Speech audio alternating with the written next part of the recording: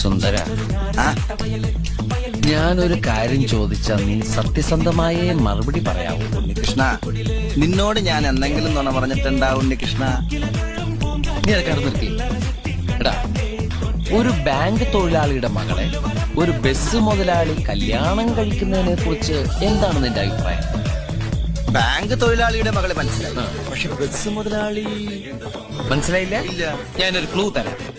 അമ്പാടിയിലുണ്ട്, കൈലാസത്തിലില്ല. അമ്പാടിയിലുണ്ട്, കൈലാസത്തിലില്ല. Beef fry. Beef fry.